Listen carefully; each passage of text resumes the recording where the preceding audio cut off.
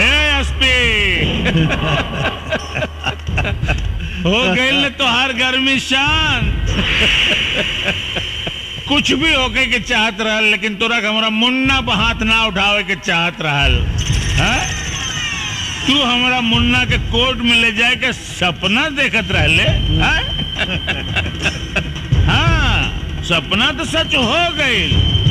अब कोर्ट में मुन्ना ना, तू जाइबे, तू और कटघरा में भी तू ही खड़ा रहबे। डीआईजी साहब देखली ना, एसपी पवन सिंह के हीरो से जीरो बना देली। चुप!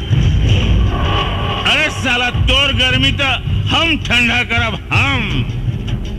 तू चिंता मत कर, कल जब तू कोर्ट से छुटबे ना तो जेल में ना पहुंचबे।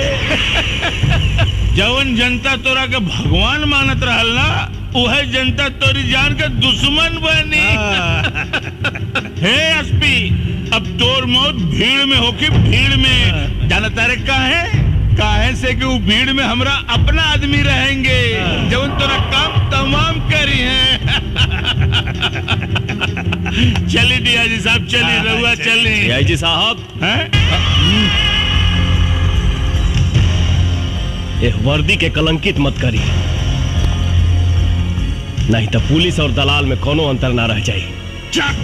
साला देशद्रोही दरोगा। जी सर।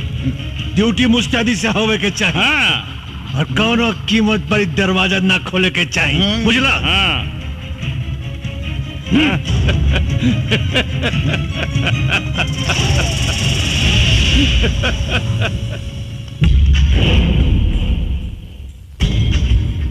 माननीय एसपी साहब, देखी ना पासा कैसे पलट गई। अभी कुछ देर में विक्रम बाबू आ रहे हैं। जैसे आपने उनकी सेवा की थी ना, वैसे ही आपकी सेवा वो आज करेंगे। सॉरी सर।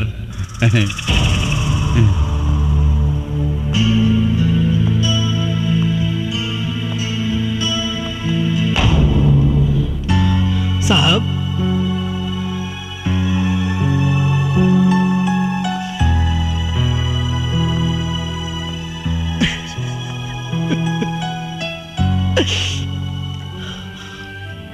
बेगुनाही के सबूत देवे खातिर हमरा यहां से निकल ही के पड़ी।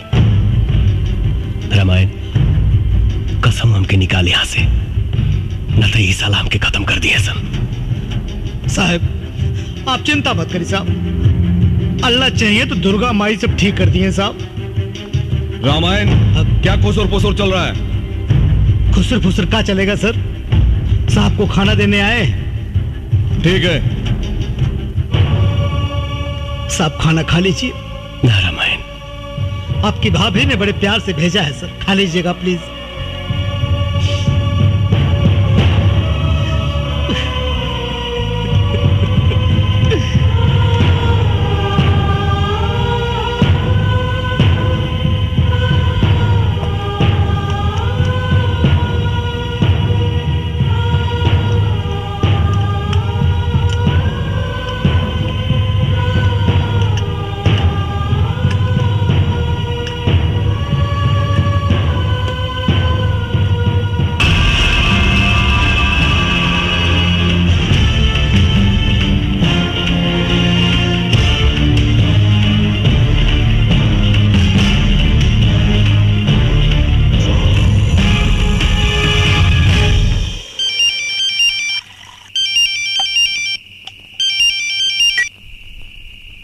बेटा विक्रम, अरे एसपी मर आ गई का?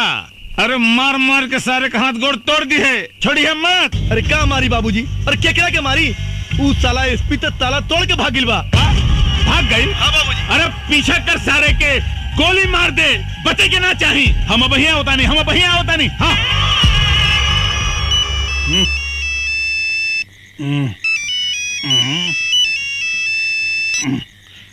हाँ जी नेताजी।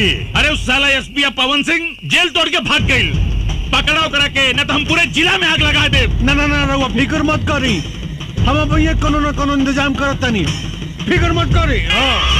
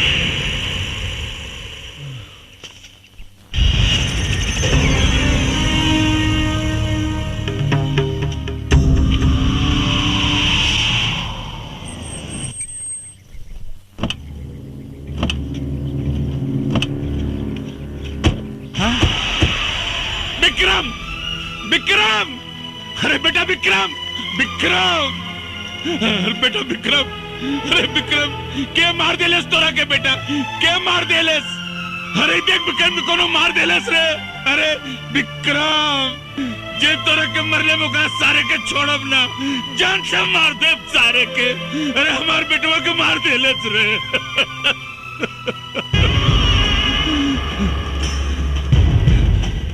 एसपी पवन सिंह, हम तोरा के जान से मार दे सारे, हम तोरा के ना छोड़ा।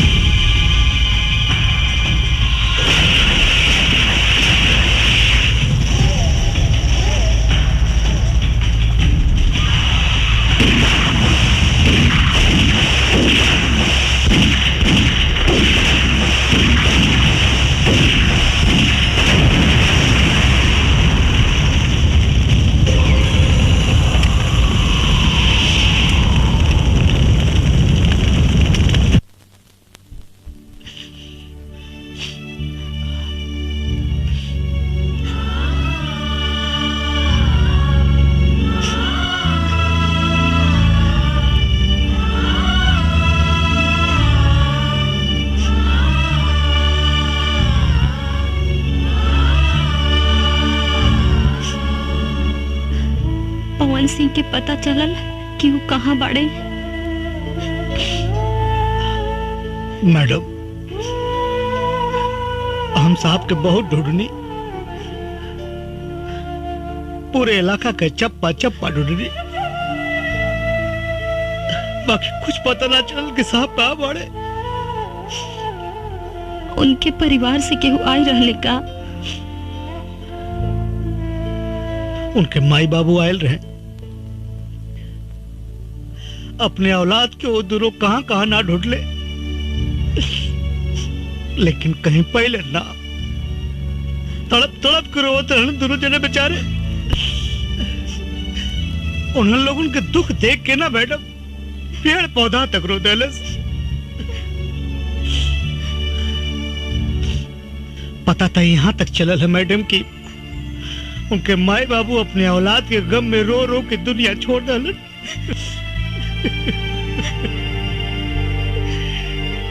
आखिर पवन सिंह गईले कहाँ?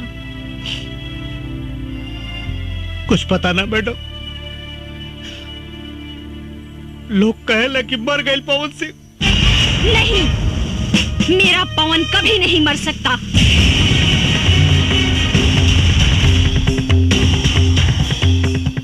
उसका विचार, उसका लक्ष्य आज भी जिंदा है। मैं पूरा करूंगी उसे। अपने पवन के सपनों को मैं पूरा करूंगी। मैडम, हम कुछ समझ नहीं ना।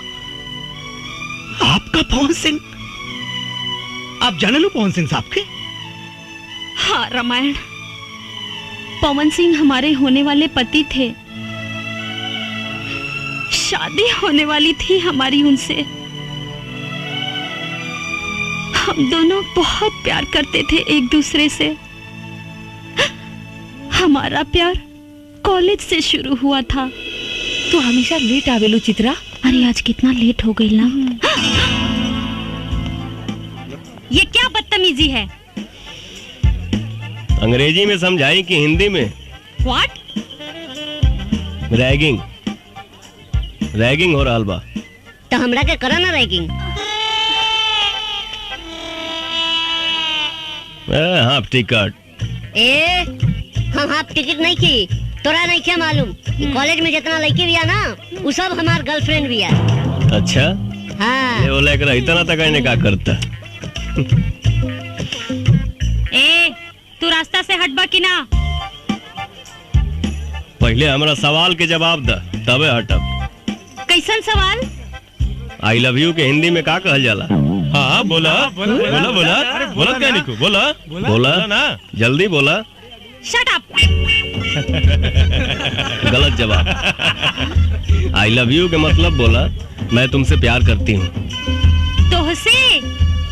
अरे तोहसे तो हमर जूती भी ना प्यार करे। चलो हो, चलो।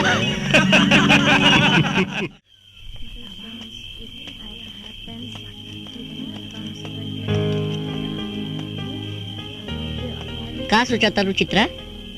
वो लड़का के बारे में इतना सोचा तारू तू? एक बात कही छोटू। हाँ बोला। वो लड़का सही मायने में मर्द बा।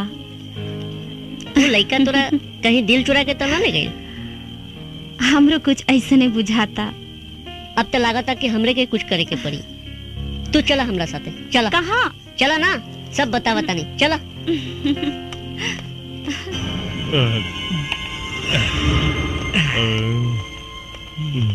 कहाँ ले जाता रहा छोटू? चला ना, बता नहीं। इतना रात के, इतना सज धज के, ई हाफ टिकट के साथे कहवा घूमे जाता हो? छोड़ा रास्ता जाए दो। और ना जाए देव तो। तो ठीक ना होई।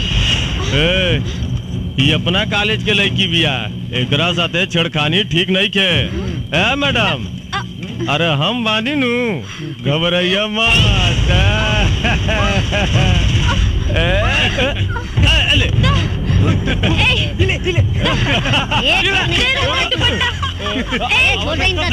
अच्छा ना हुई रे।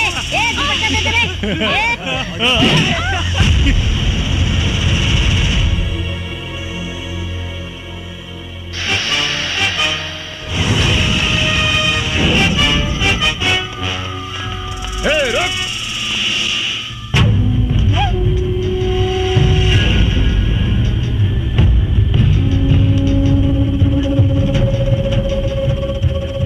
कॉलेज में पढ़ाई करे आइल बड़ा लोग, पढ़ाई करा जा, लड़की बाजी ना। अबे साले, लड़की देखी नहीं कि आगे हीरो बननी। अभी आईपीएस का एग्जाम दिया है, एसपी बना नहीं। पहले हम तो भोग लगा लें, तेरा भी नंबर आएगा। हाँ? चल लाइन में आ जा।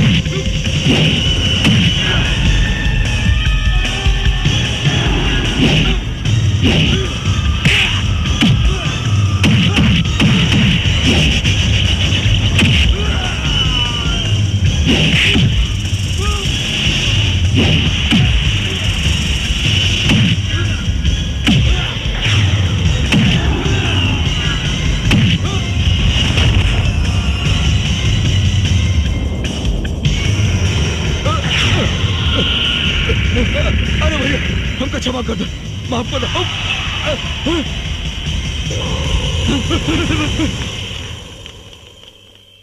चित्रा जी। हमार ट्रेनिंग तो पूरा हो गई।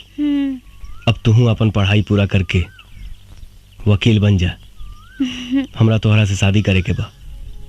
शादी कैला से पहले बाबूजी से बात करे के पड़ी। अच्छा जी, ठीक बा। बस तोहर पढ़ाई पूरा हो जाए और हम कुछ दिन चार्ज लेके अपन ड्यूटी संभाल ली। ओकरा बाद तो हम तोहरा बाबूजी या माई से हाथ मांगे जरूर आई। मन तो करता कि हम हूँ रउआ साथे चली, लेकिन का करी, समाज के इतना बंधन बा।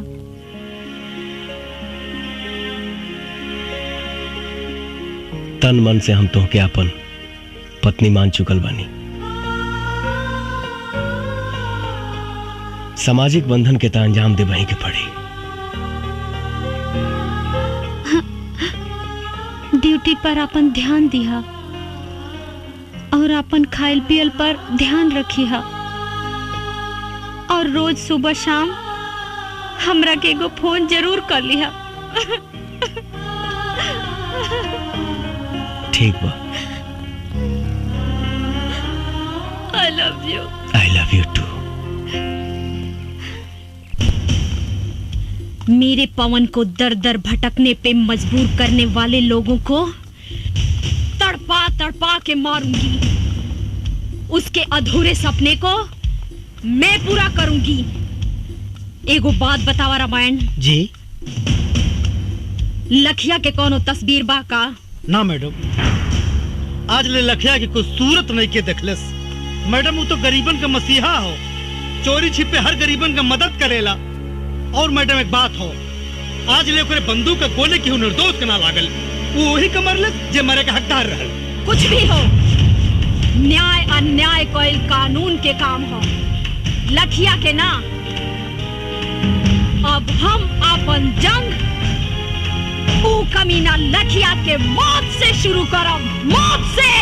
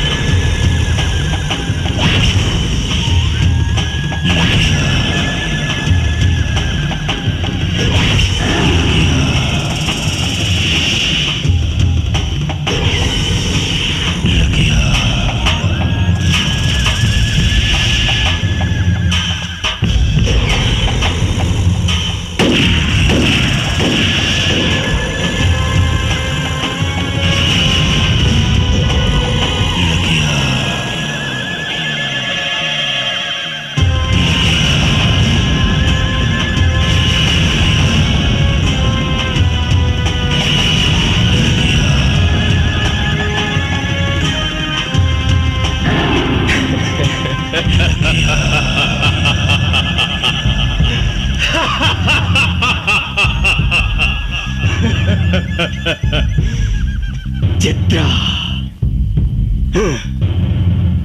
ये कौन चित्रा है रे? एक चित्रा वो थी जो मेरी जान थी, और ये दूसरी चित्रा कौन है जो मेरी जान की दुश्मन बनी हुई है?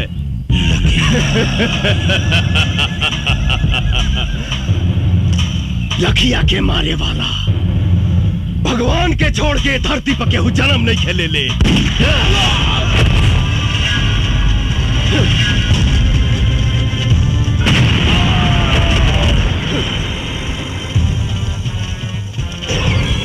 पुलिस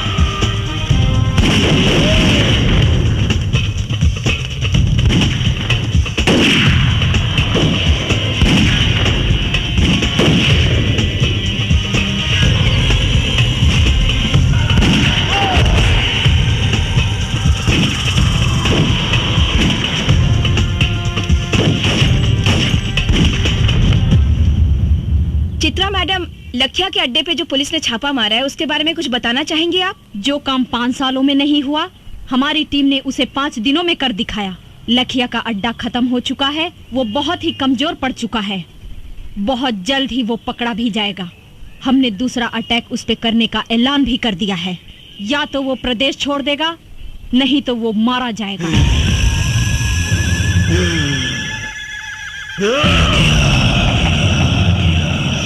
मरेगा, सब मरेगा।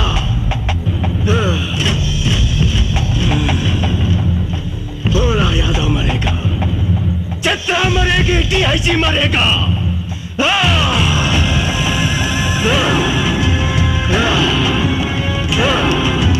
24 घंटा के अंदर मुझे चित्रा चाहिए।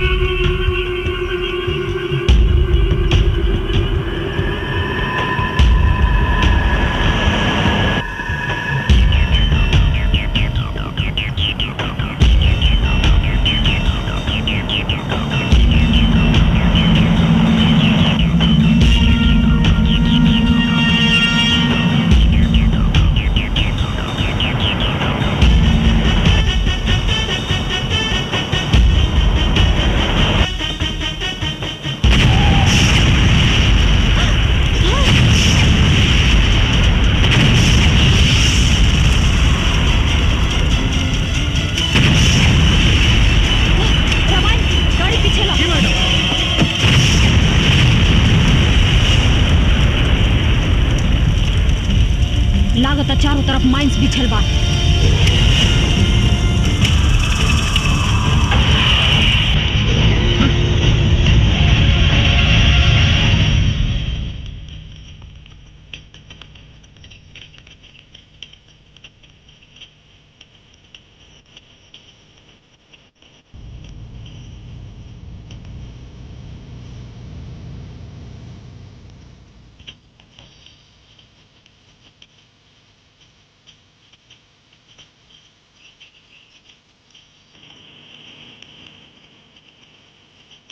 भैया इली राउंड शिकार आ गई।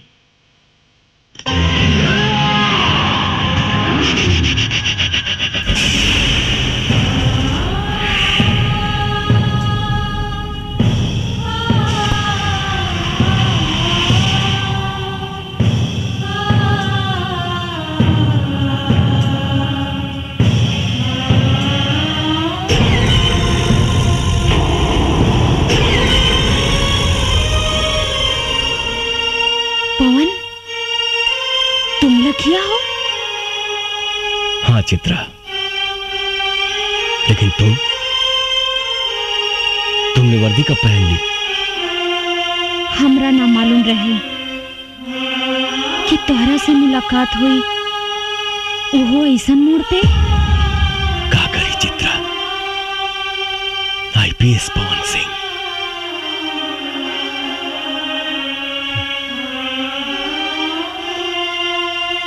हालात हमके नक्सलवादी बना देलस। हमरा भी तोहर अधूरा सपना पूरा करेला वर्दी पहने पे मजबूर होके के पड़ल पवन। लेकिन पवन, कम से कम एक बार तो हमरा बारे में सोचता। अरे कम से कम एक बार हमरा से तू मिले तो आई रहता।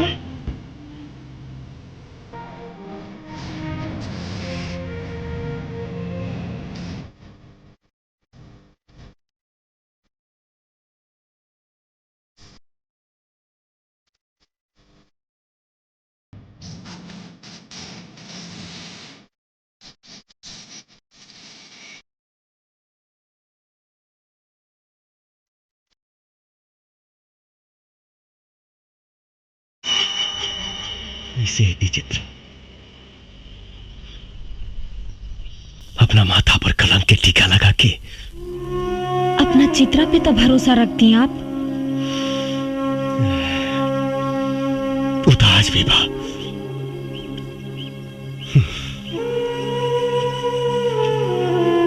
लेकिन सोचा,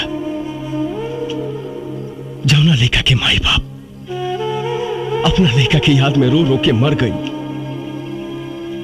और वो अभागा अपना माई बाबूजी के चिता में आग तक ना लगा पौलस। हम तोहरा के काम होते गई थी, मर गई एसपी पवन सिंह। नया जन्म भइल बा हमार।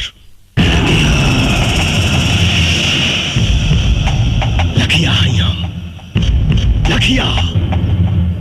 लेकिन एकर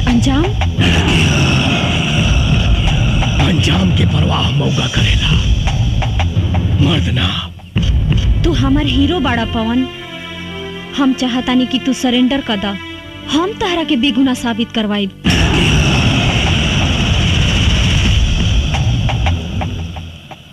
कुछ ना करवाइब तुम। कानून सजा दिलाई तहार दुश्मन भोला यादव के। कानून? कौना कानून के बात करता रू? कानून के भोला यादव रंडी बना के रख ले बा।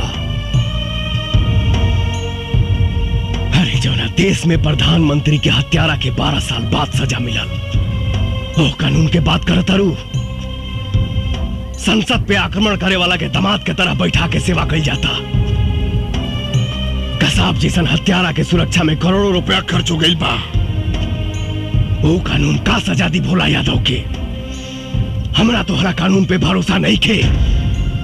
बहुत जल्द भोला यादव जेल के अंदर हुई पवन। तू हमरा ऊपर भरोसा रखा।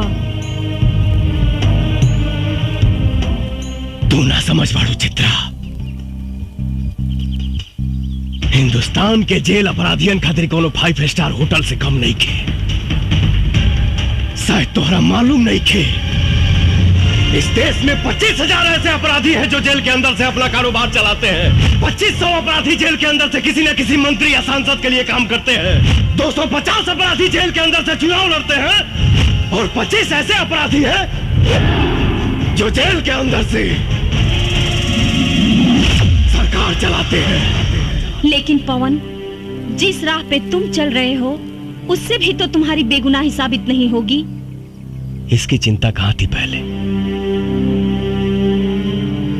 अब तू मिल गई बड़ू तो सोचब। अगर तू चाहता रू कि हम अपने आप के सरेंडर कर दी तो हमके 48 घंटा के समय दा। हम वादा करते नहीं कि अपने आप के कानून के हवाले कर दे। लेकिन भोला यादव के खत्म करके। ठीक बा पवन, बाकी जाए से पहले तू हमार मांग भर दा। कहे से कि कानून के राह में शायद तू हमार गोली के निशाना बन जा और हम तहार विधवा बन के जियल चाहता नहीं। कैसे तुहार मांग भर दे चित्रा? हम तुहार सौतन लाइल बानी। सौतन? हाँ, एकरा से बियाह कइले बानी हम, एकरे मांग भरले बानी हम। अब तो बस खून खून, बस खून। तो पवन, यही सिंदूर से तू हमरो मांग भर दा, तहर इस सौतन के साथ समझौता करके जी ले।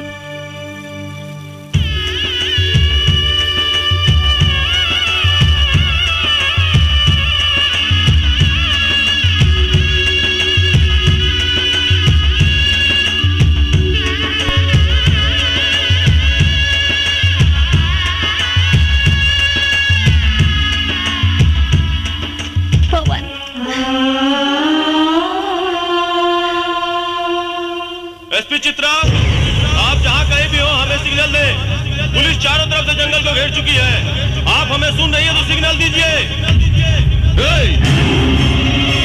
बहुत देर से देखत बानी तोहन का प्रेम लीला। अब पुलिस आ गई बा, तोहन के कहानी खत्म। ए चित्रा, तनिक भी चालाकी के लेकर कोशिश कैली तो तोहन के लव स्टोरी का द एंड यही हो जाई।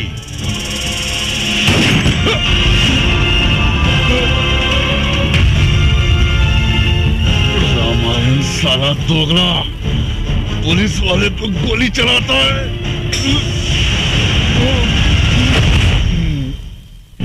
क्या करें दरोगा साहब, हम तो जन्मजात दोगले हैं, लेकिन एक बात याद रखिएगा, रामार सिंह अब्दुल सब कुछ कर सकता है, देश के साथ गद्दारी नहीं। और तुम साले गद्दार हो।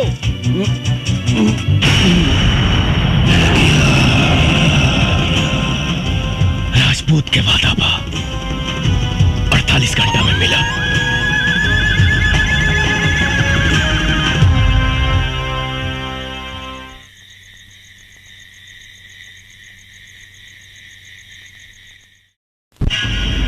घंटे के अंदर भोला यादव का खात्मा।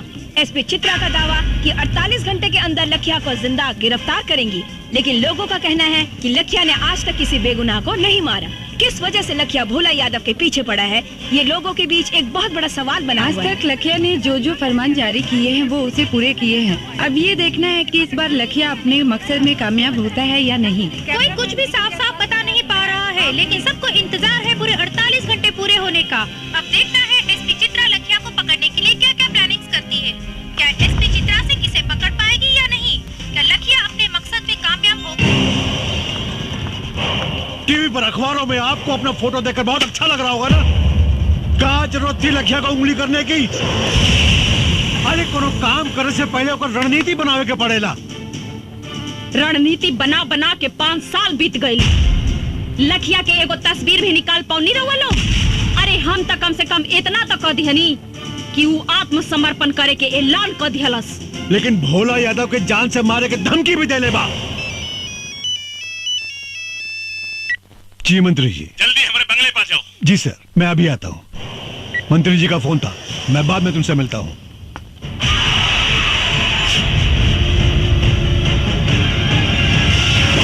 नेताजी शहर के पूरे दीवार पर लिखा गईल बा और पर्चा भी बटा गईल बा। 48 घंटा के अंदर लखिया रउआ के खत्म कर दी और फिर पुलिस में आत्मसमर्पण करी। हमारा बहुत डर लागत बा। घंटा उखाड़ी लखिया साला हमार। अरे उस साला के तो हम ऊ हाल करब कि जिंदगी में कभी सोचले भी ना होई। ओकर सारे का हाथ पैर काट के ओकरे पछवाड़े में बांस घुसेड़ दे, ओकर सारे के जियल मुहाल हो जाई।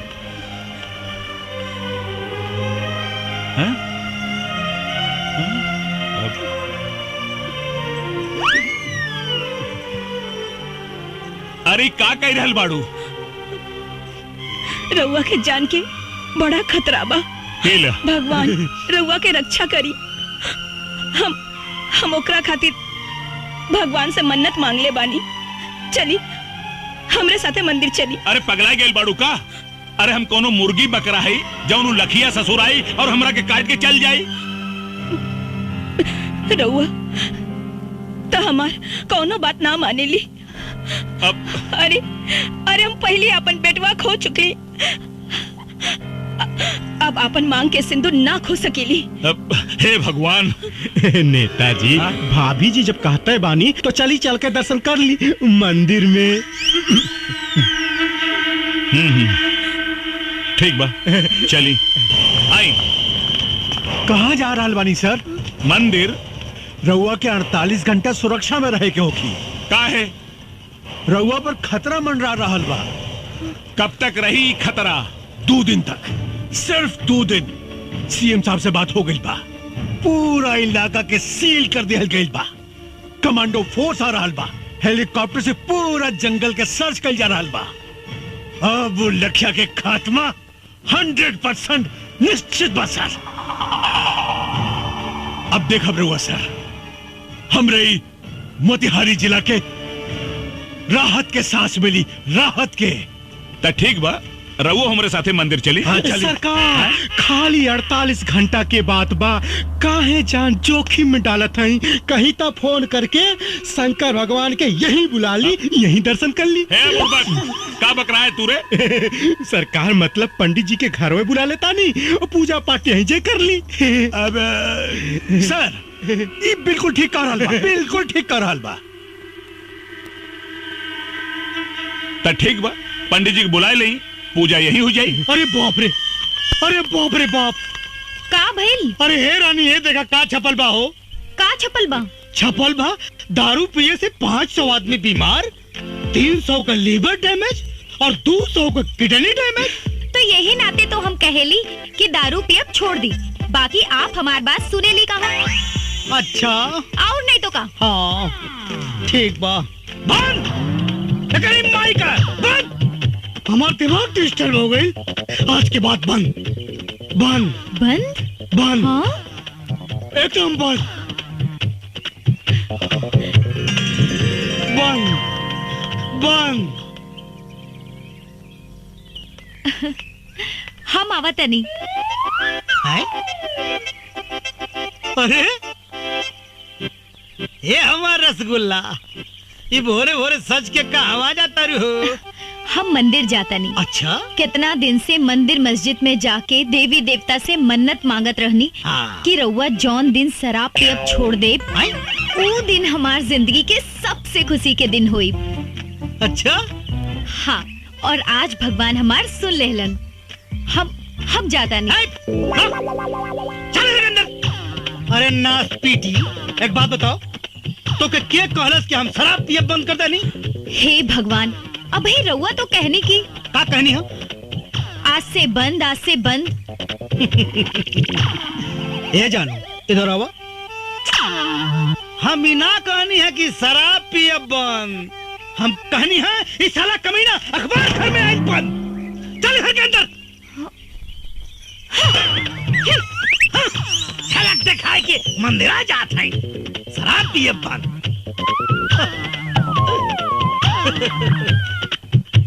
जियला अगर जरूरी बा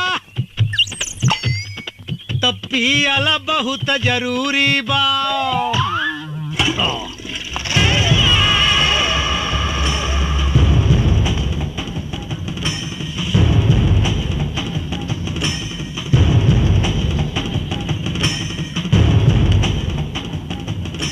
चित्रा सिंह जी, तोहरी नादानी की वजह से आज हमने की दिन देखे के पड़ रहल बा। अरे हमरा के तो पूरा विश्वास बा कि तोहार और लखिया के कोनो जरूर 60 गांठ बा। ई तो वक्ते बताई नेताजी कि केकर केकरा से 60 गांठ बा। लखिया कोनो चीन और अमेरिका से हथियार ना मंगावेला। ये तो आप लोगों का शासन प्रशासन ही इतना कमजोर है कि आप लोगों के हथियार से आप लोगों से ही लड़ रहा है। चित्रा, चिल्लाई मत, खाली जवाब दी। अगर लखिया पुलिस से टक्कर ले रहल बा तो ओकरा पास हथियार आवेला कहां से? तुम्हारे कहने का मतलब है कि प्रशासन उसे हथियार सप्लाई करता है? जी हाँ, शासन प्रशासन के कुछ गद्दार लोग जिनका पर्दाफाश बहुत जल्द होगा।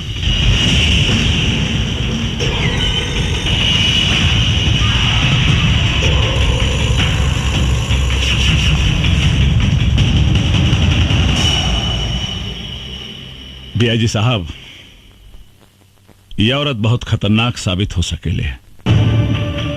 एकरा के कुछ करे के पड़ी। सर आप चिंता मत करी, एक करता हम वो हाल करब कि केहो के जिंदगी भर मुंह दिखाए लायक न रह जाई।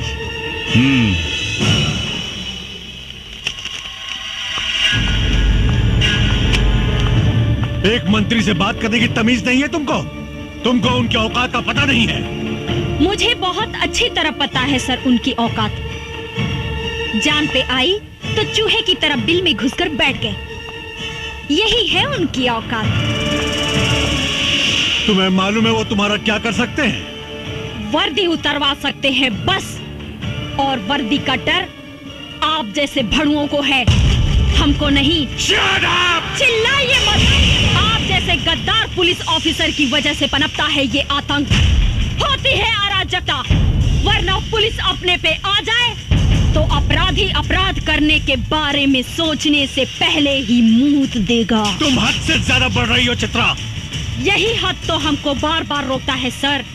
वरना आप जैसे गद्दार पुलिस ऑफिसर खाकी की शान को खादी के जूतों तले रौंद कर उसकी गरिमा को धूल में मिला रहे हैं। तुम मुझ पर इल्जाम लगा रही हो। बिल्कुल सर। जब कोई पुलिस ऑफिसर ईमानदारी से काम करता है, अपने काम को अंजाम देता है, तो नेताओं के एक इशारे पे आप लोग या तो उसका ट्रांसफर करवा देते हैं और नहीं तो उसकी वर्दी उतरवाकर खोटी पर टंगवा देते हैं। तुमको इस बात का अंदाजा है कि तुम किससे बात कर रही हो? जी हाँ, एक पुलिस ऑफिसर कम, दलाल ज्यादा हैं आप। उतरवा दूंगा तुम्हारी मैं वर्दी चित्रा। आप क्या उतरवाएंगे वर्दी को? अरे भाड़ में जाए ऐसी वर्दी जिसे पहनकर घुटन महसूस होती हो। इंतजार कीजिए, 48 घंटे में ये वर्दी आपके सामने होगी। लेकिन इसी 48 घंटे में मैं आपको दिखाऊंगी कि वर्दी की ताकत क्या होती है। लखिया को जिंदा मैं पकड़ कर लाऊंगी, ये मेरा वादा है। असली बाप के औलाद हैं तो भोला यादव को बचा कर दिखाओ।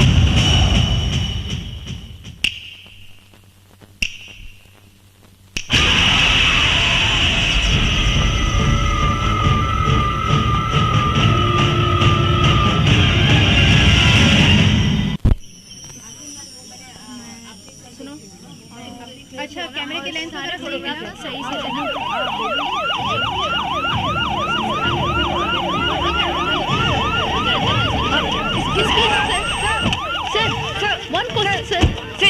साहब, आप भोला यादव की सुरक्षा के लिए क्या व्यवस्था किए हैं? भोला यादव की सुरक्षा पूरी तरह से हो रही है। परिंदा पर भी नहीं मार सकता। लेकिन कब तक?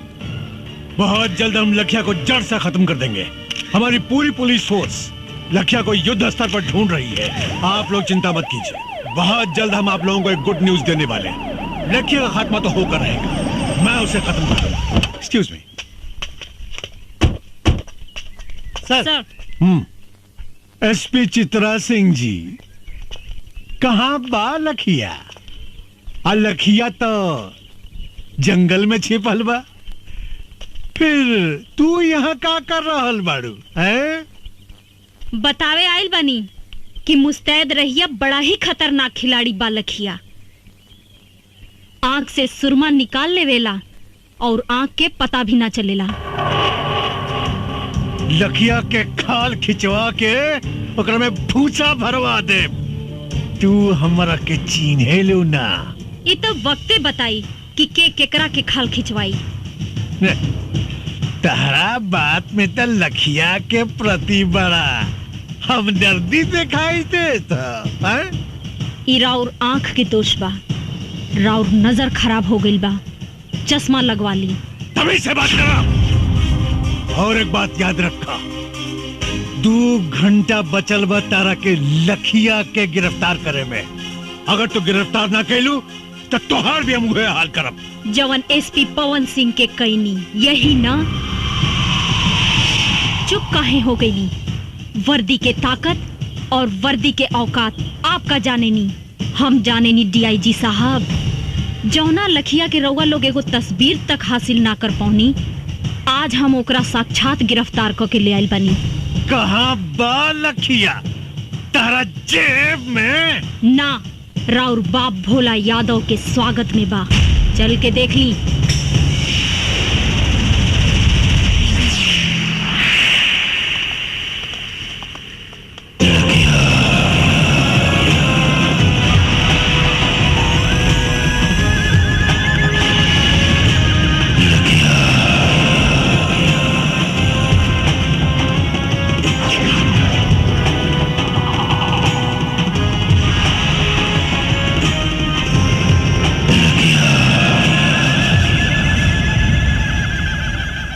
आइए सर, आइए, स्वागत है आपका। का भइल सर? हमके जिंदा देख के करंट लाग गइल का?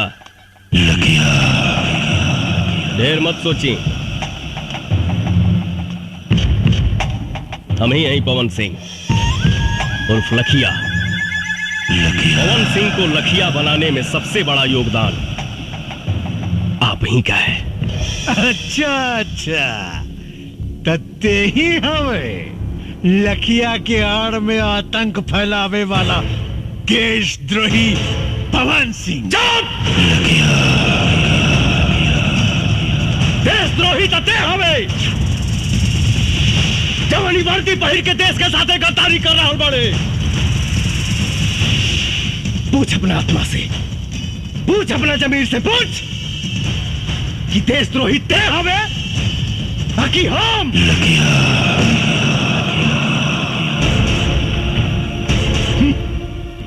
रस्सी जल गई मगर ऐठन ना गई।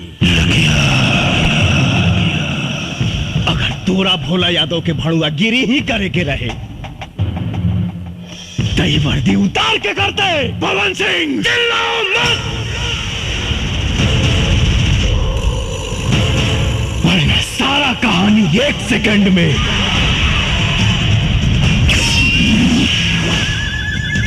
खत्म कर दे।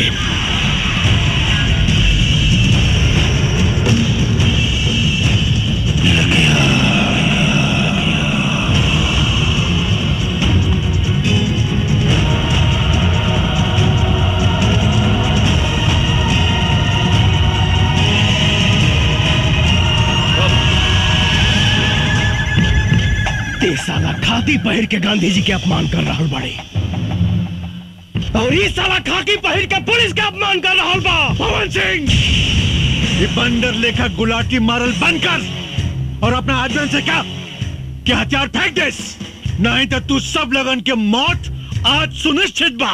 हे डीआईजी, हे ये भाषणबाजी बंद कर और बाहर से फोर्स मंगाओ और खत्म कर सारे के, खत्म कर। खत्म तो हम तोहरा के करब रे। तो संसद में बैठ के देश के सौदा कर रहा हूं। रुक जा पवन सिंह, नहीं तो गोली मार दे। अरे तुम मुंह का दिखाता रे, मार गोली, मार। शेरनी के दूध पियले बानी, पवन सिंह के मारे ला करेजा चाहिए। भोला यादव के कुत्ता ऊपर फेंकल रोटी खाए वाला साला हमरा के का गोली मारी।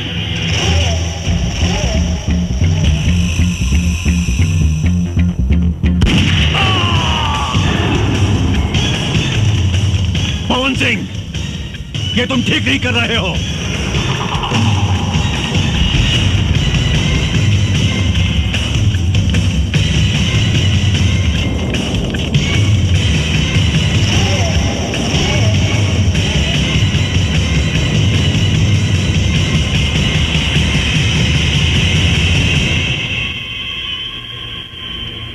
एसपी पवन साहब, आप ही लखिया हैं?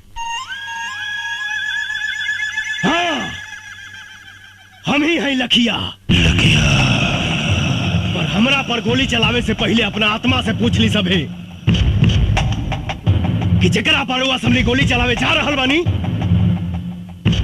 ओका सचमुच के एक मुजरिम लखिया हो या वर्दी के इज्जत रखे वाला एसपी पवन सिंह। अगर मेरी बर्बादियों में ही तुम सबकी खुशी। तू एक ठोकर मार मुझे बर्बाद कर जा।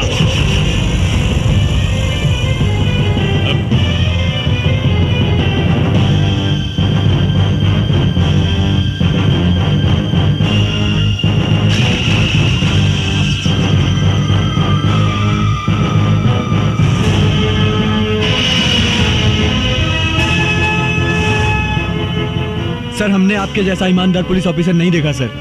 हम आपके ऊपर गोली नहीं चला सकते सर। सर, अगर आप जैसे पुलिस ऑफिसर पर गोली चलाऊंगा तो घर जाके अपने बच्चों को क्या जवाब दूंगा? आप पर गोली चली तो हिंदुस्तान में भ्रष्टाचार और आतंक खत्म कर देने वाला आप जैसा ऑफिसर बनने की कोई भी हिम्मत नहीं करेगा सर। बंद करो ये बकवास। It's my order, shoot him. Sorry sir, हमें लखिया को मारने का आदेश मिला है, एसपी पवन सिंह को नहीं।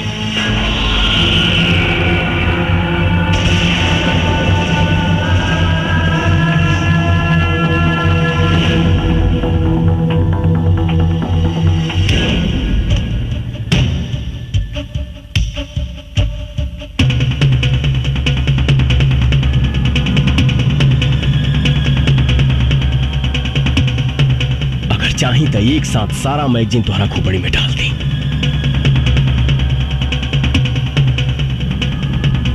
लेकिन सर, आपकी मौत समस्या का समाधान नहीं। समस्या है भ्रष्टाचार, आतंक, और इसे हम पुलिस वाले ही खत्म करेंगे।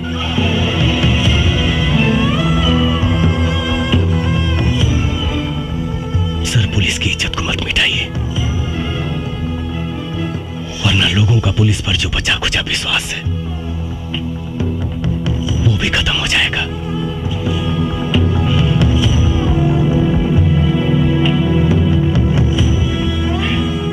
आपकी आने वाली पीढ़ी थूकेगी आप पर। सर, मैं ही अकेला भारत मां का बेटा नहीं हूं। भी उसी मां की कोख से जन्म लिए हैं। फिर आपका खून काला कैसे हो गया सर? बचा लीजिए इस वर्दी की गरिमा को, प्लीज। बस बस, मुझे अब और शर्मिंदा मत करो। इस हरामजादे नेता के हराम की कमाई खा खा कर मेरी आंखों पर पट्टी पड़ गया था। आज तुमने मेरी आंखें खोल दी, मेरे ज़मीर को जगा दिया है तुमने। मेरा दिल आज तुम्हें सैल्यूट करने को कह रहा है। आज सैल्यूट यू। मैं भूल गया था कि मैं भी एक देश का सिपाही हूं। ऐसे भ्रष्ट नेता जो देश को खा खा कर बर्बाद कर रहे हैं, आखिर नुकसान तो हमारा ही है ना। पवन, मैं इस वर्दी की कसम खाकर कहता हूं कि चाहे अंजाम जो कुछ भी हो, आज के बाद सिर्फ और सिर्फ मैं इंसाफ के लिए लड़ूंगा। वाह वाह वाह वाह, आपस में बड़ा भाईचारा फूट रहा बा। ए डीआईजी, मत भूल, तोर औकात एक होम गार्ड के भी ना रहल। तोरा के डीआईजी हम बनौली। हम अगर हम तोरा के बना सकीला ना तो तोरा के मिटा भी सकीला। हमारा से गद्दारी तोरा के बहुत भारी पड़ी।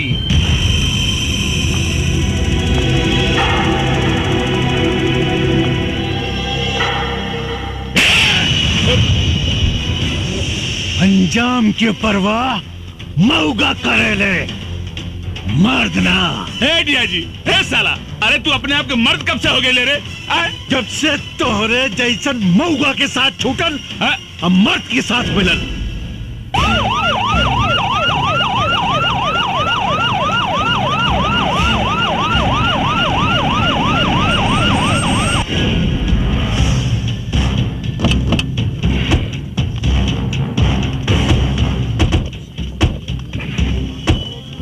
पवन, बहुत अच्छा हो गई। सीएम साहब खुद आ गए। आज पूरा देश लाइव देखी कि देश के भ्रष्ट नेता कैसे देश के सौदा करेले।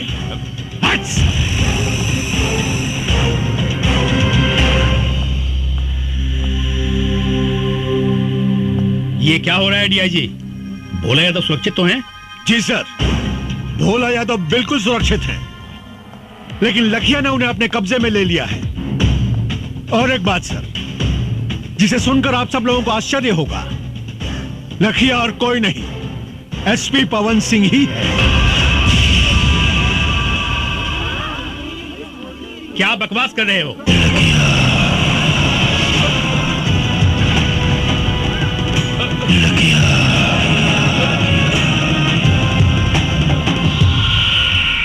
बकवास ना सीएम साहब, ये सच्चाई है। जी हाँ सर, भोला यादव के कहने पर ही मैंने थाना लुटवाने का नाटक किया। पवन सिंह की गाड़ी में मैंने ही पैसे रखवाए। पवन सिंह निर्दोष है सर, बल्कि सच्चाई तो यह है कि इन सारे गुनाहों की जड़ ये भोला यादव है। सारे घर कहानी तो हम कब के खत्म कर दिले रहती, लेकिन हम के वो दिन के इंतजार रहे कि अगर सच्चाई पूरा देश देखे। पर नक्सल बनकर तुमने जो अपराध किया है उसका क्या? नक्सलवाद समाज की पैदावार नहीं है सर, राजनीति की पैदावार है। और ये भोला यादव इस प्रदेश का सबसे बड़ा हथियार माफिया है। मेरे पास हथियार आया कहां से? 5 साल तक लड़ाई लड़ता रहा, सिर्फ यहां के नेताओं से हथियार खरीद कर। झूठ बोल रहा है सीएम साहब, ये हमको फंसाना चाहता है। अरे भगोड़ा है, जेल तोड़ के भागा हुआ है।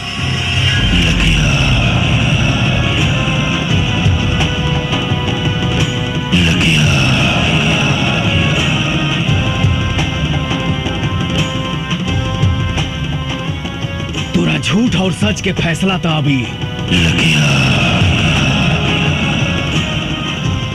सीटी करी लो रामायण। पवन, तुम अपने आप को कानून के हवाले कर दो और भोला यादव को छोड़ दो। मैं तुम्हें पूरा विश्वास दिलाता हूं, कानून तुम्हारे साथ इंसाफ जरूर करेगा। कानून भोला यादव के घर में झाड़ू लगावेला सर। कानून का सजा दे ये कि जिस भोला यादव की आप बात कर रहे हैं, आज से 25 साल पहले चाय की दुकान पे चाय बनाता था। एक हत्या के जुर्म में अंदर गया, बाहर आते ही प्रधान बना, ब्लॉक प्रमुख बना, विधायक बना और देखते ही देखते सांसद बन गया। कौन जानता है, हो सकता है कल को सीएम बने, परसों प्रधानमंत्री। क्या इस देश को हत्यारे चलाएंगे सर? सरकार ने इसको 1 लाख की सैलरी और 1 बंगला दिया है, लेकिन इसके पास 500 करोड़ की प्रॉपर्टी कहां से आई, किसी ने जानने की कोशिश की? नहीं। क्यों? सर, सच्चाई तो यह है कि इस देश को खतरा पाकिस्तान से नहीं, इस देश को खतरा चीन और जापान से नहीं, इस देश को खतरा है तो सिर्फ और सिर्फ यहाँ के नेताओं से है।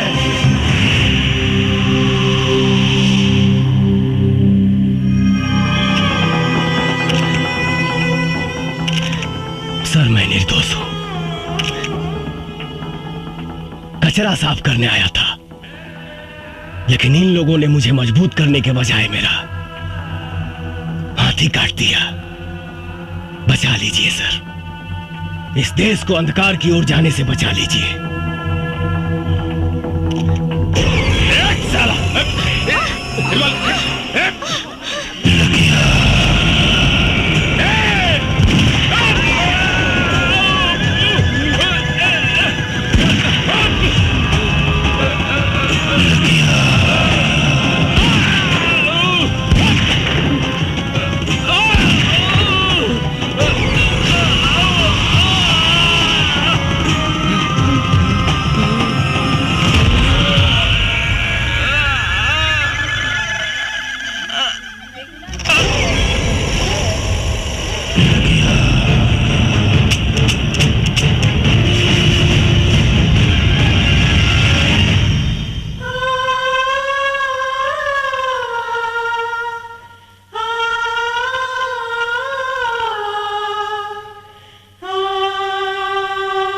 एसपी पवन सिंह ने वर्दी न पहनकर भी वर्दी वाला काम किया है।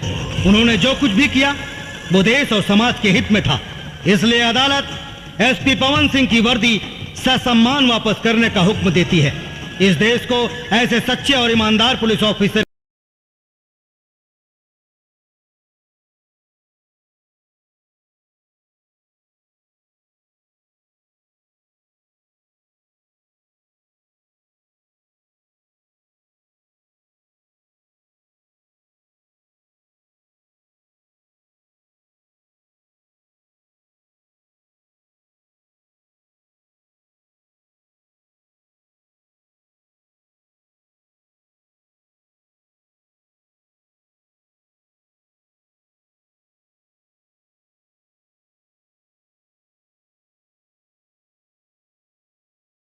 चित्रा जी हमार ट्रेनिंग तो पूरा हो गई। अब तू अपन पढ़ाई पूरा करके वकील बन जा। हमरा तोहरा से शादी करे के बा। शादी कैला से पहले बाबूजी से बात करे के पड़ी। अच्छा जी ठीक बा, बस तोहर पढ़ाई पूरा हो जाए और हम कुछ दिन चार्ज लेके अपन ड्यूटी संभाल ली। ओकरा बाद तो हम तोहरा बाबूजी या माई से हाथ मांगे जरूर आई। मन तो करता कि हम हूँ रउआ साथे चली, लेकिन का करी, समाज के इतना बंधन बा।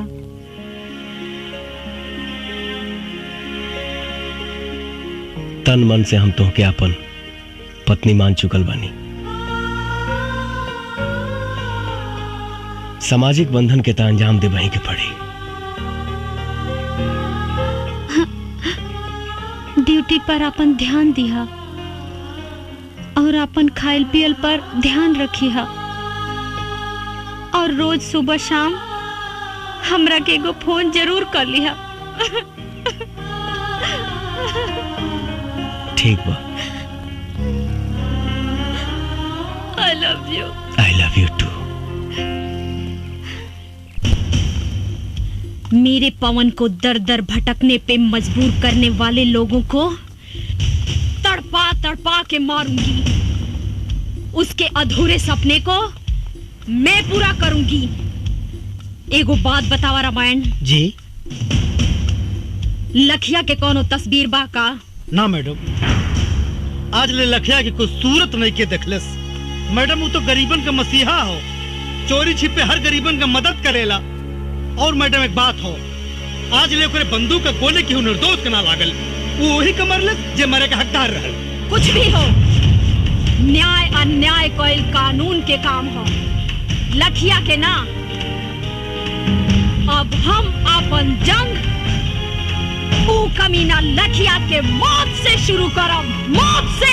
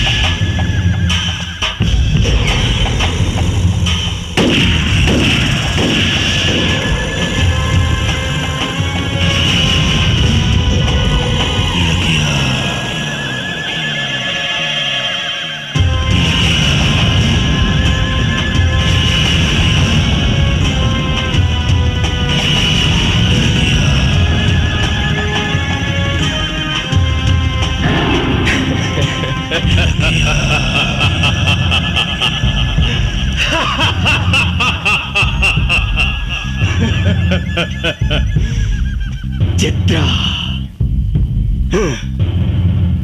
ये कौन चित्रा है रे? एक चित्रा वो थी जो मेरी जान थी, और ये दूसरी चित्रा कौन है जो मेरी जान की दुश्मन बनी हुई है?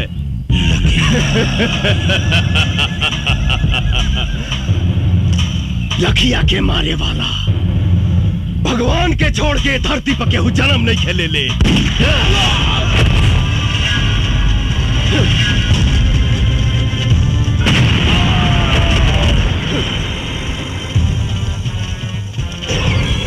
पुलिस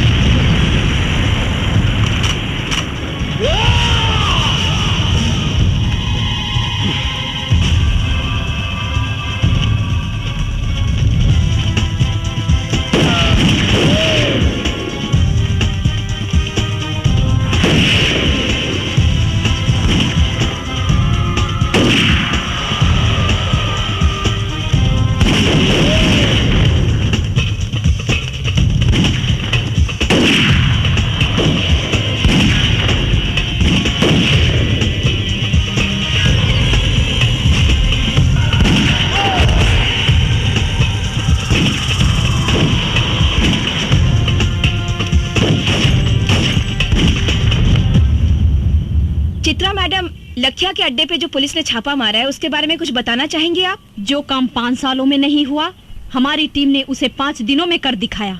लखिया का अड्डा खत्म हो चुका है, वो बहुत ही कमजोर पड़ चुका है। बहुत जल्द ही वो पकड़ा भी जाएगा। हमने दूसरा अटैक उस पे करने का ऐलान भी कर दिया है। या तो वो प्रदेश छोड़ देगा, नहीं तो वो मारा जाएगा।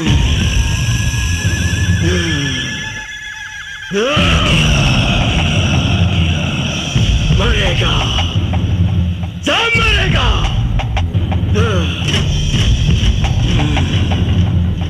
भोला यादव मरेगा, चित्रा मरेगी, DIG मरेगा।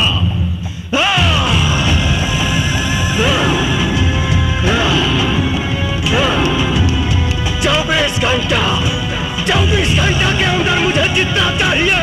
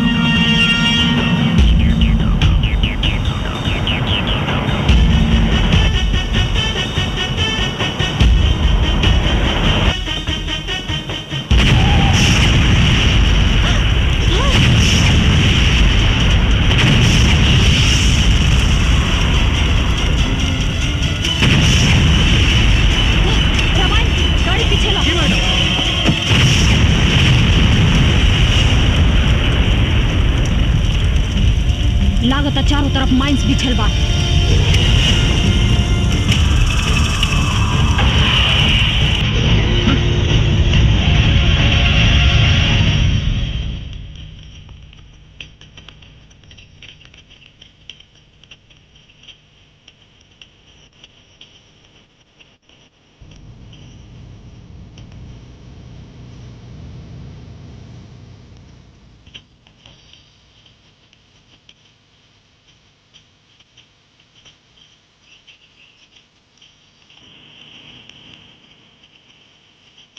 भैया इली राउंड शिकार आ गई।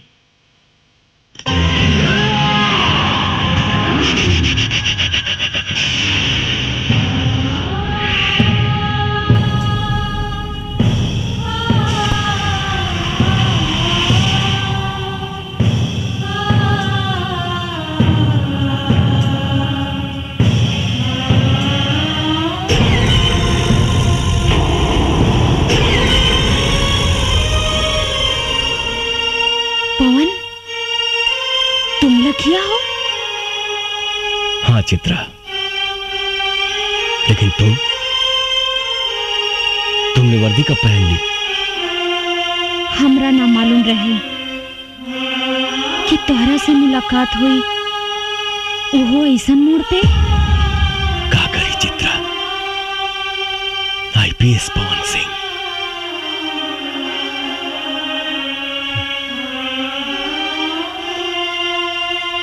हालात हमके नक्सलवादी बना देलस। हमरा भी तोहर अधूरा सपना पूरा करेला वर्दी पहने पे मजबूर होके के पड़ल पवन। लेकिन पवन, कम से कम एक बार तो हमरा बारे में सोचता। अरे कम से कम एक बार हमरा से तू मिले तो आई रहता।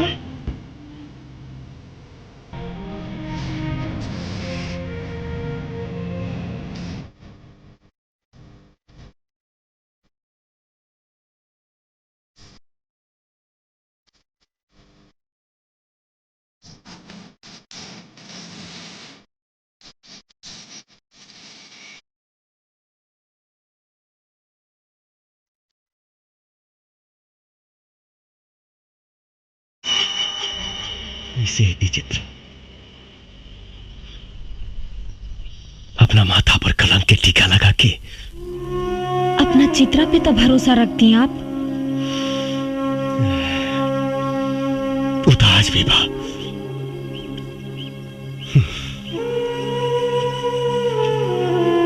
लेकिन सोचा,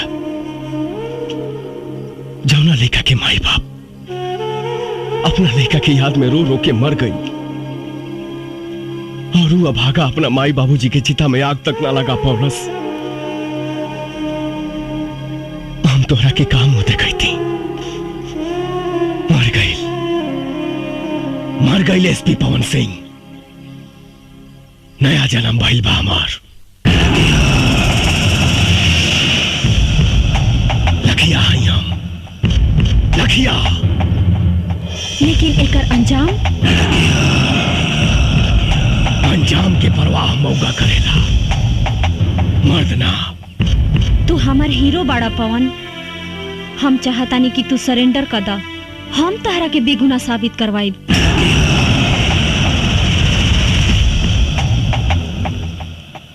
कुछ ना करवाई वो तुम।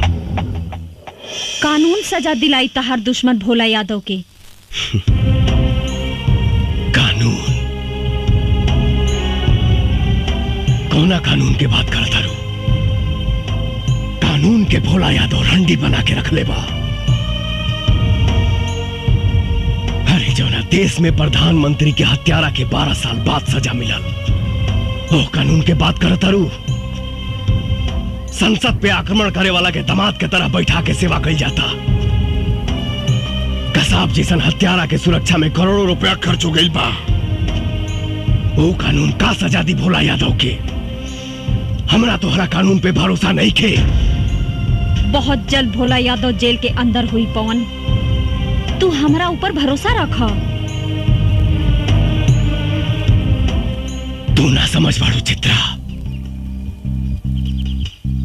हिंदुस्तान के जेल अपराधियन खातिर कोनो 5 स्टार होटल से कम नहीं खे। शायद तोहरा मालूम नहीं खे, इस देश में 25,000 ऐसे अपराधी हैं जो जेल के अंदर से अपना कारोबार चलाते हैं। 2500 अपराधी जेल के अंदर से किसी न किसी मंत्री या सांसद के लिए काम करते हैं। 250 अपराधी जेल के अंदर से चुनाव लड़ते हैं और 25 ऐसे अपराधी हैं जो जेल के अंदर से सरकार चलाते हैं। लेकिन पवन, जिस राह पे तुम चल रहे हो उससे भी तो तुम्हारी बेगुनाही साबित नहीं होगी। इसकी चिंता कहां थी पहले? अब तुम मिल गए बड़ू तो सोचा, अगर तू चाहता रू कि हम अपने आप के सरेंडर कर दी तो हमके 48 घंटा के समय था। हम वादा करते नहीं कि अपने आप के कानून के हवाले कर दे। लेकिन भोला यादव के खत्म करके। ठीक बा पवन, बाकी जाए से पहले तू हमार मांग भर दा।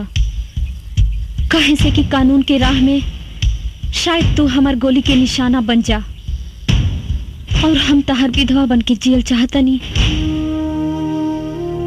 कैसे तुहार मांग भर दे चित्रा? हम तुहार सौतन लाइल बानी। सौतन? हाँ, एकरा से बियाह कइले बानी हम। एकरे मांग भर ले बानी हम। अब तो बस खून, खून, बस खून। तो पवन, यही सिंदूर से तू हमरो मांग भर दा, तहर इस सौतन के साथ समझौता को के जी ले।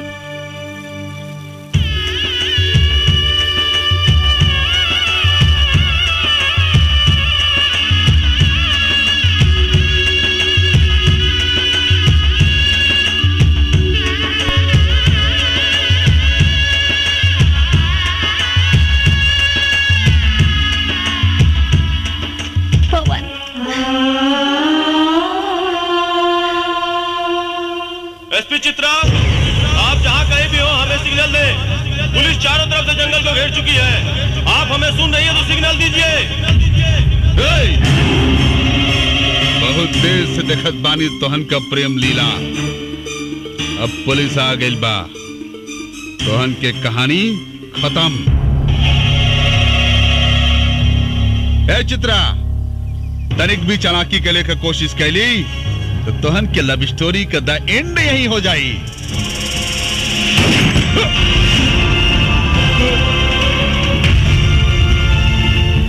रामायण साला दोगला पुलिस वाले पर गोली चलाता है।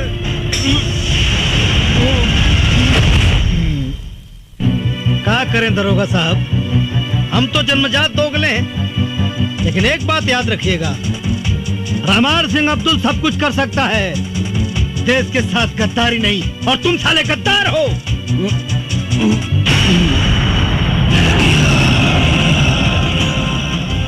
राजपूत के वादा बा 48 घंटा में मिला।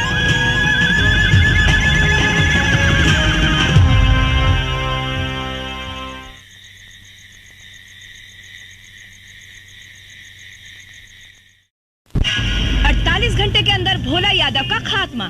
एसपी चित्रा का दावा कि 48 घंटे के अंदर लखिया को जिंदा गिरफ्तार करेंगी, लेकिन लोगों का कहना है कि लखिया ने आज तक किसी बेगुनाह को नहीं मारा।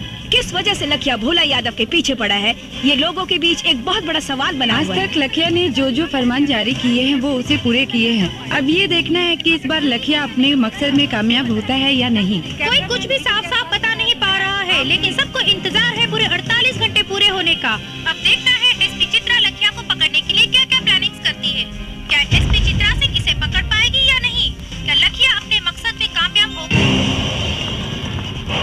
टीवी पर अखबारों में आपको अपना फोटो देखकर बहुत अच्छा लग रहा होगा ना। क्या जरूरत थी लखिया को उंगली करने की? अरे कोनो काम करे से पहले ओकर रणनीति बनावे के पड़ेला। रणनीति बना बना के 5 साल बीत गई, लखिया के एगो तस्वीर भी निकाल पाऊनी रहुआ लोग।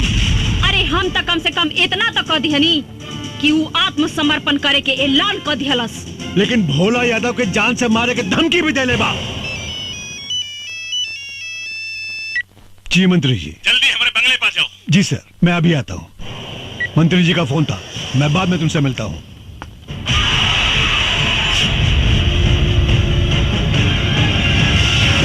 नेताजी शहर के पूरे दीवार पर लिखा गईल बा और पर्चा भी बटा गईल बा। 48 घंटा के अंदर लखिया रउआ के खत्म कर दी और फिर पुलिस में आत्मसमर्पण करी। हमारा बहुत डर लागत बा। घंटा उखाड़ी लखिया साला हमार। अरे उस साला के तो हम ऊ हाल करब कि जिंदगी में कभी सोचले भी ना होई। ओकर सारे का हाथ पैर काट के ओकरे पछवाड़े में बांस घुसेड़ दे, ओकर सारे के जियल मुहाल हो जाई।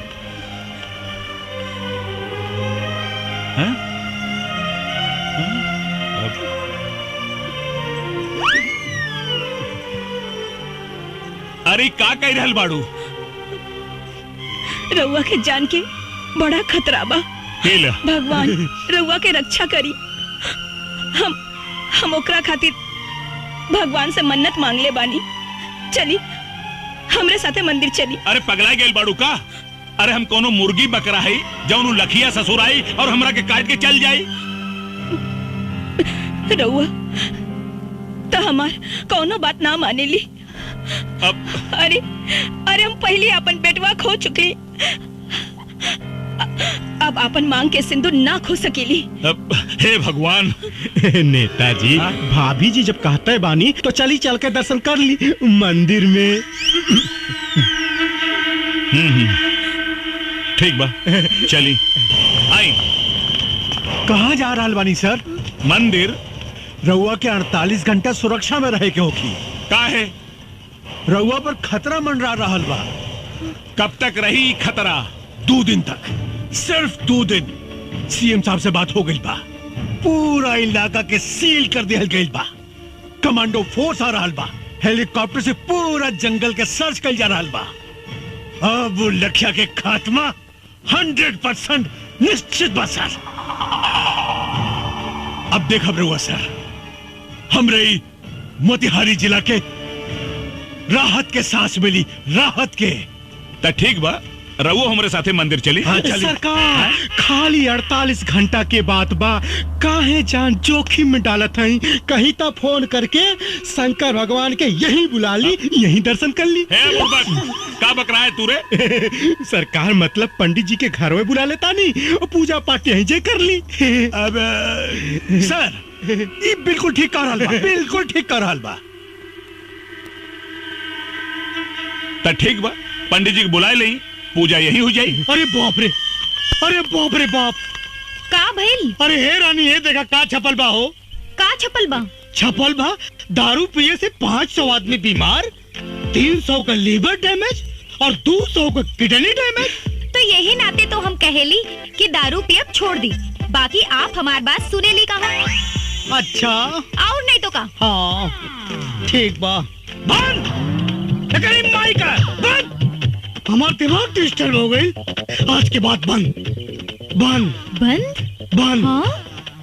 एकदम बंद बंद बंद। हम आवतनी। अरे ये हमारा रसगुल्ला, ये भोरे भोरे सच के का आवाज आता हो। हम मंदिर जाता नहीं। अच्छा? कितना दिन से मंदिर मस्जिद में जाके देवी देवता से मन्नत मांगत रहनी कि रउआ जौन दिन शराब पियब छोड़ दे, वो दिन हमार जिंदगी के सबसे खुशी के दिन हुई। अच्छा? हाँ, और आज भगवान हमार सुन लेहलन। हम जाता नहीं। चल अंदर। अरे नास पीटी, एक बात बताओ, तो के कहलस कि हम शराब पियब बंद कर देनी? हे भगवान, अब ही रउआ तो कहने की। का कहनी हो? आज से बंद, आज से बंद। ये जानो, इधर आओ। हम ना कहनी है कि शराब पियब बंद, हम कहनी है इस साला कमीना अखबार घर में आज बंद। चल घर के अंदर। झलक दिखाए के मंदिर आ जात है, शराब पियब बंद।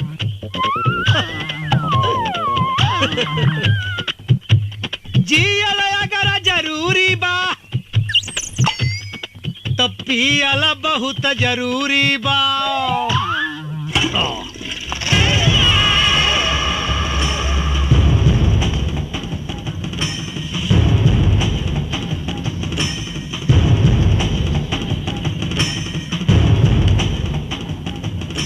चित्रा सिंह जी, तोहरी नादानी की वजह से आज हमने की दिन देखे के पड़ रहल बा। अरे हमारा के तो पूरा विश्वास बा कि तोहार और लखिया के कोनो जरूर 60 गांठ बा। ई तो वक्ते बताई नेताजी कि केकरा से 60 गांठ बा। लखिया कोनो चीन और अमेरिका से हथियार ना मंगावेला। ये तो आप लोगों का शासन प्रशासन ही इतना कमजोर है कि आप लोगों के हथियार से आप लोगों से ही लड़ रहा है। चित्रा! चिल्लाई मत, खाली जवाब दी। अगर लखिया पुलिस से टक्कर ले रहल बा तो ओकरा पास हथियार आवेला कहां से? तुम्हारे कहने का मतलब है कि प्रशासन उसे हथियार सप्लाई करता है? जी हाँ, शासन प्रशासन के कुछ गद्दार लोग जिनका पर्दाफाश बहुत जल्द होगा।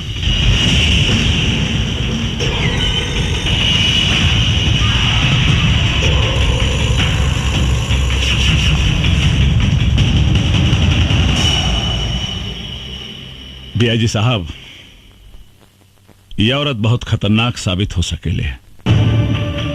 एकरा के कुछ करे के पड़ी।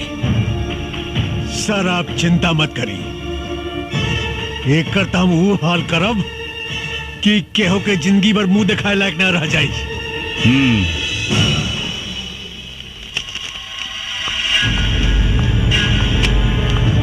एक मंत्री से बात करने की तमीज नहीं है तुमको उनके औकात का पता नहीं है।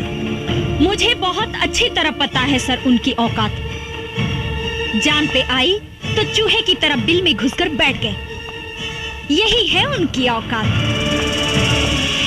तुम्हें मालूम है वो तुम्हारा क्या कर सकते हैं? वर्दी उतरवा सकते हैं बस। और वर्दी का डर आप जैसे भड़ुओं को है, हमको नहीं। चिल्लाइए मत। आप जैसे गद्दार पुलिस ऑफिसर की वजह से पनपता है ये आतंक, होती है अराजकता। वरना पुलिस अपने पे आ जाए तो अपराधी अपराध करने के बारे में सोचने से पहले ही मूत देगा। तुम हद से ज्यादा बढ़ रही हो चित्रा। यही हद तो हमको बार बार रोकता है सर। वरना आप जैसे गद्दार पुलिस ऑफिसर खाकी की शान को खादी के जूतों तले रौंद कर उसकी गरिमा को धूल में मिला रहे हैं। तुम मुझ पर इल्जाम लगा रही हो। बिल्कुल सर। जब कोई पुलिस ऑफिसर ईमानदारी से काम करता है, अपने काम को अंजाम देता है, तो नेताओं के एक इशारे पे आप लोग या तो उसका ट्रांसफर करवा देते हैं और नहीं तो उसकी वर्दी उतरवाकर खूंटी पर टंगवा देते हैं। तुमको इस बात का अंदाजा है कि तुम किससे बात कर रही हो? जी हाँ, एक पुलिस ऑफिसर कम, दलाल ज्यादा हैं आप। उतरवा दूंगा तुम्हारी मैं वर्दी चित्रा। आप क्या उतरवाएंगे वर्दी को? अरे भाड़ में जाए ऐसी वर्दी जिसे पहनकर घुटन महसूस होती हो। इंतजार कीजिए, 48 घंटे में ये वर्दी आपके सामने होगी। लेकिन इसी 48 घंटे में मैं आपको दिखाऊंगी कि वर्दी की ताकत क्या होती है। लखिया को जिंदा मैं पकड़ कर लाऊंगी, ये मेरा वादा है। असली बाप के औलाद हैं तो भोला यादव को बचा कर दिखाओ।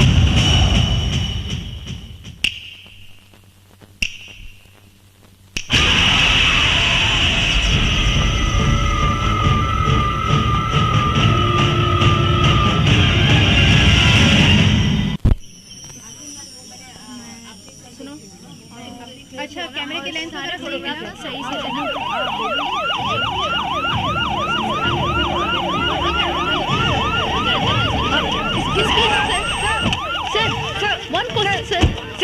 साहब, आप भोला यादव की सुरक्षा के लिए क्या व्यवस्था किए हैं? भोला यादव की सुरक्षा पूरी तरह से हो रही है। परिंदा पर भी नहीं मार सकता। लेकिन कब तक?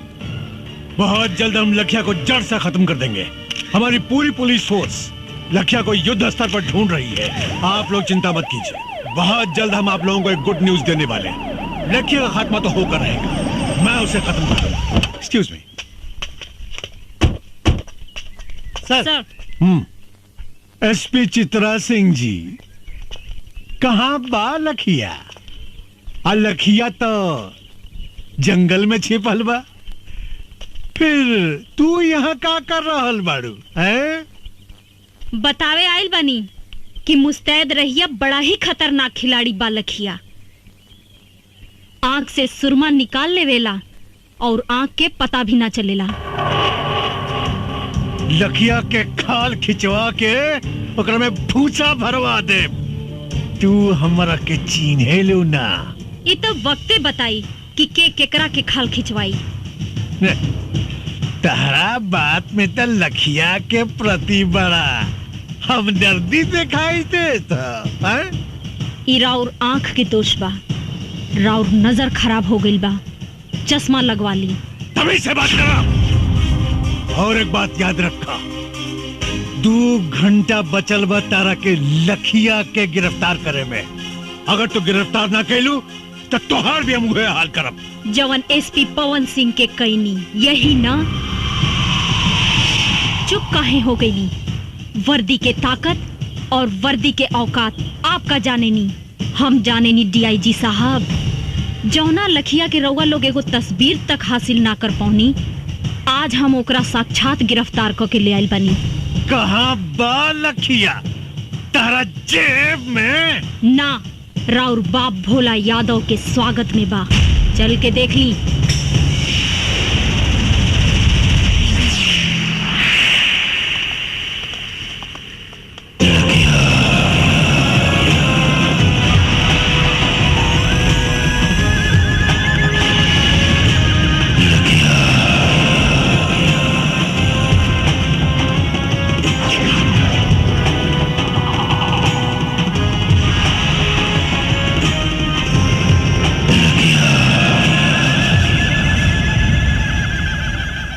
आइए सर, आइए, स्वागत है आपका। का भइल सर, हमके जिंदा देख के करंट लाग गइल का? ढेर मत सोची,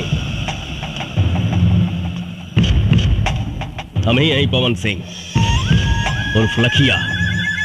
पवन सिंह को लखिया बनाने में सबसे बड़ा योगदान आप ही का है।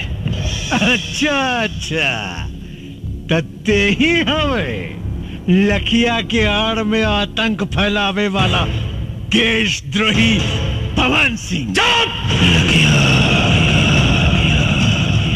देशद्रोही तत्ते हमें जवानी वर्दी पहिर के देश के साथ गद्दारी कर रहा बड़े। पूछ अपना आत्मा से, पूछ अपना जमीर से, पूछ कि देशद्रोही ते हवे कि हम?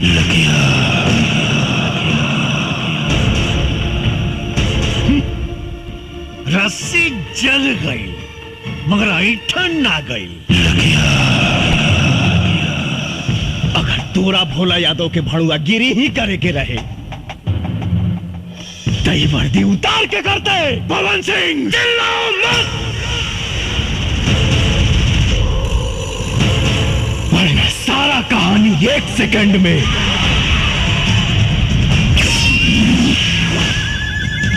खत्म कर दे।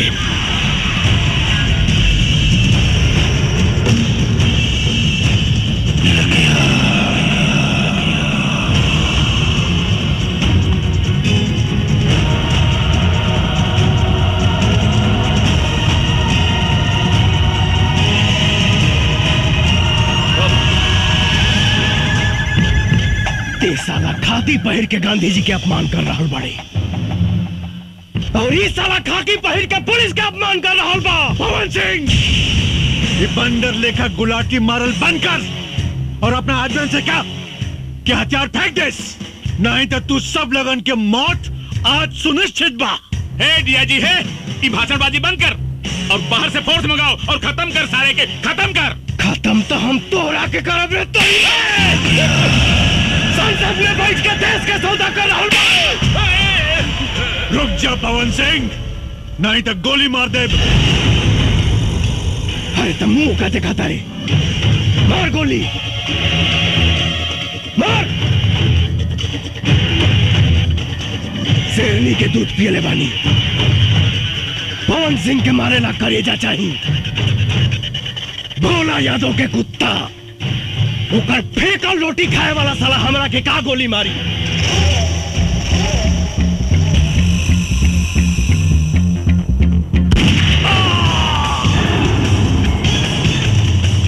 पवन सिंह, ये तुम ठीक नहीं कर रहे हो।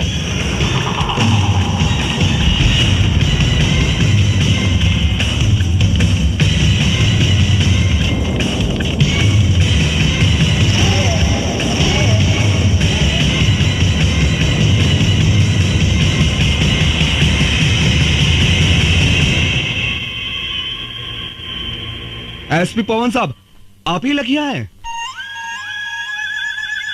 हाँ, हम ही हैं लखिया। पर हमरा पर गोली चलावे से पहले अपना आत्मा से पूछ ली सभे कि जकरा पर वो असम्बली गोली चलावे जा रहल बानी ओका सचमुच के एक मुजरिम लखिया हो या वर्दी के इज्जत रखे वाला एसपी पवन सिंह। अगर मेरी बर्बादियों में ही तुम सबकी खुशी, तो एक ठोकर मार मुझे बर्बाद कर जा।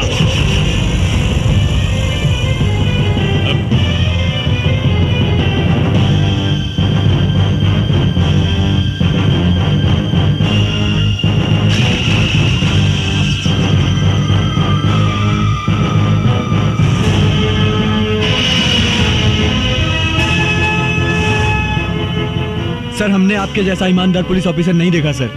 हम आपके ऊपर गोली नहीं चला सकते सर। सर, अगर आप जैसे पुलिस ऑफिसर पर गोली चलाऊंगा तो घर जाके अपने बच्चों को क्या जवाब दूंगा? आप पर गोली चली तो हिंदुस्तान में भ्रष्टाचार और आतंक खत्म कर देने वाला आप जैसा ऑफिसर बनने की कोई भी हिम्मत नहीं करेगा सर। बंद करो ये बकवास। It's my order, shoot him. Sorry sir, हमें लखिया को मारने का आदेश मिला है, एसपी पवन सिंह को नहीं।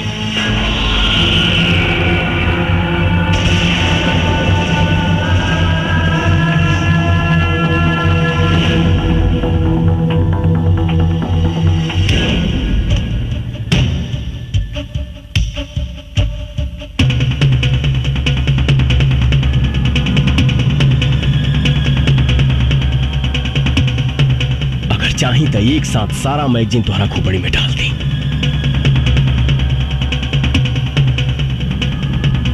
लेकिन सर, आपकी मौत समस्या का समाधान नहीं। समस्या है भ्रष्टाचार, आतंक, और इसे हम पुलिस वाले ही खत्म करेंगे।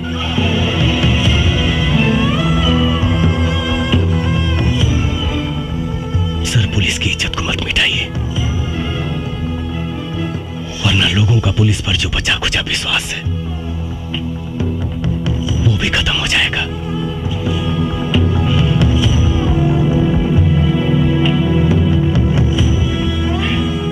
आपकी आने वाली पीढ़ी थूकेगी आप पर। सर, मैं ही अकेला भारत मां का बेटा नहीं हूं, भी उसी मां की कोख से जन्म लिए हैं। फिर आपका खून काला कैसे हो गया सर? बचा लीजिए इस वर्दी की गरिमा को, प्लीज। बस बस, मुझे अब और शर्मिंदा मत करो। इस हरामजादे नेता के हराम की कमाई खा खा कर मेरी आंखों पर पट्टी पड़ गया था। आज तुमने मेरी आंखें खोल दी, मेरे ज़मीर को जगा दिया है तुमने। मेरा दिल आज तुम्हें सैल्यूट करने को कह रहा है। आज सैल्यूट यू। मैं भूल गया था कि मैं भी एक देश का सिपाही हूं। ऐसे भ्रष्ट नेता जो देश को खा खा कर बर्बाद कर रहे हैं, आखिर नुकसान तो हमारा ही है ना। पवन, मैं इस वर्दी की कसम खाकर कहता हूं कि चाहे अंजाम जो कुछ भी हो, आज के बाद सिर्फ और सिर्फ मैं इंसाफ के लिए लड़ूंगा। वाह वाह वाह वाह, आपस में बड़ा भाईचारा फूट रहा बा। ए डीआईजी, मत भूल, तोर औकात एक होमगार्ड के भी ना रहल। तोरा के डीआईजी हम बनौली हम। अगर हम तोरा के बना सकीला ना तो तोरा के मिटा भी सकीला। हमारा से गद्दारी तोरा के बहुत भारी पड़ी।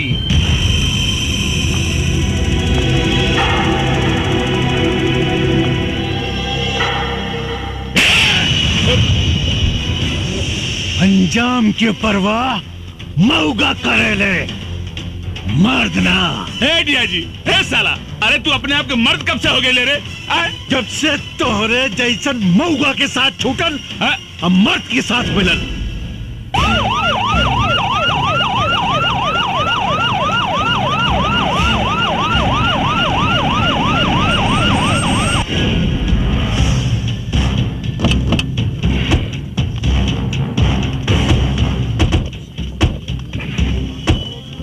पवन, बहुत अच्छा हो गई। सीएम साहब खुद आ गए। आज पूरा देश लाइव देखी कि देश के भ्रष्ट नेता कैसे देश के सौदा करेले।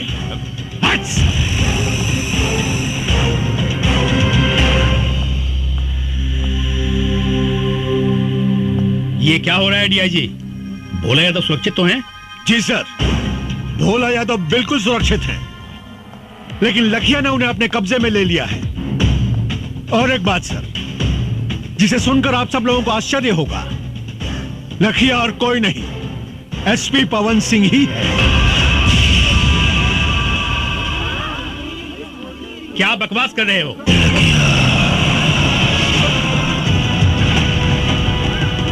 लखिया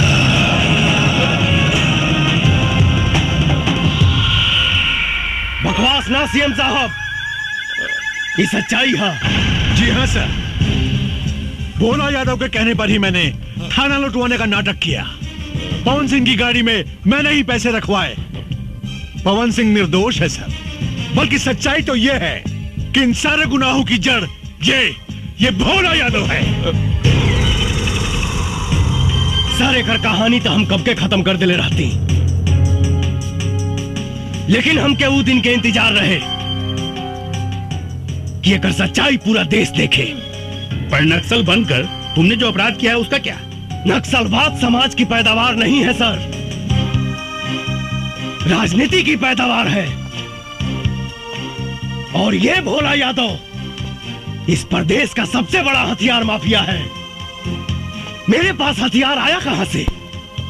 5 साल तक लड़ाई लड़ता रहा, सिर्फ यहां के नेताओं से हथियार खरीद कर। झूठ बोल रहा है सीएम साहब, ये हमको फंसाना चाहता है। अरे भगोड़ा है, जेल तोड़ के भागा हुआ है।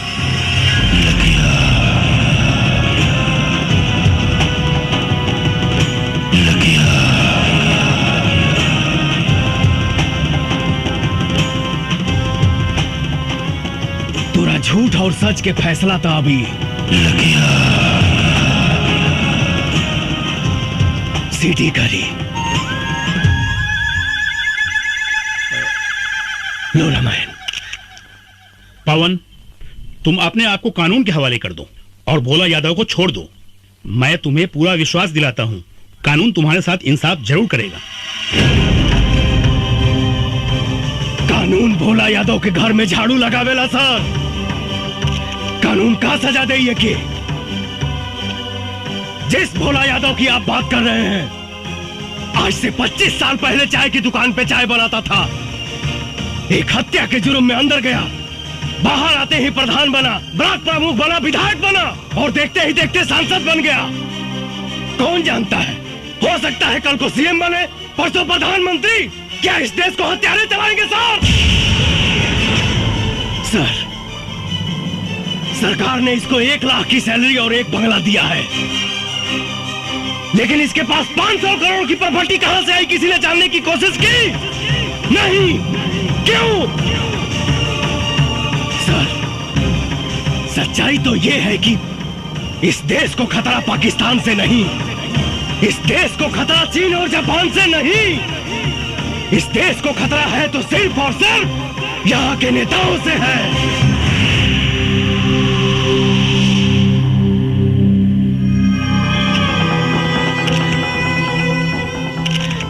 सर, मैं निर्दोष हूं, कचरा साफ करने आया था, लेकिन इन लोगों ने मुझे मजबूत करने के बजाय मेरा हाथ ही काट दिया। बचा लीजिए सर, इस देश को अंधकार की ओर जाने से बचा लीजिए।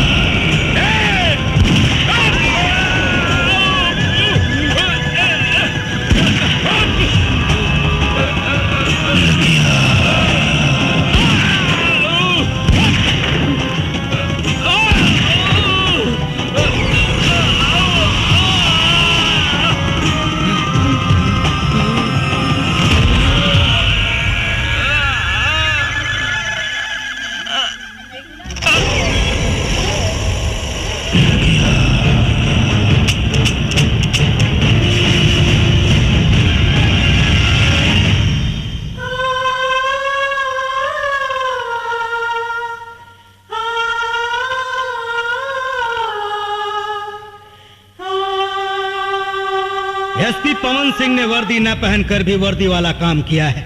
उन्होंने जो कुछ भी किया वो देश और समाज के हित में था। इसलिए अदालत एसपी पवन सिंह की वर्दी ससम्मान वापस करने का हुक्म देती है। इस देश को ऐसे सच्चे और ईमानदार पुलिस ऑफिसर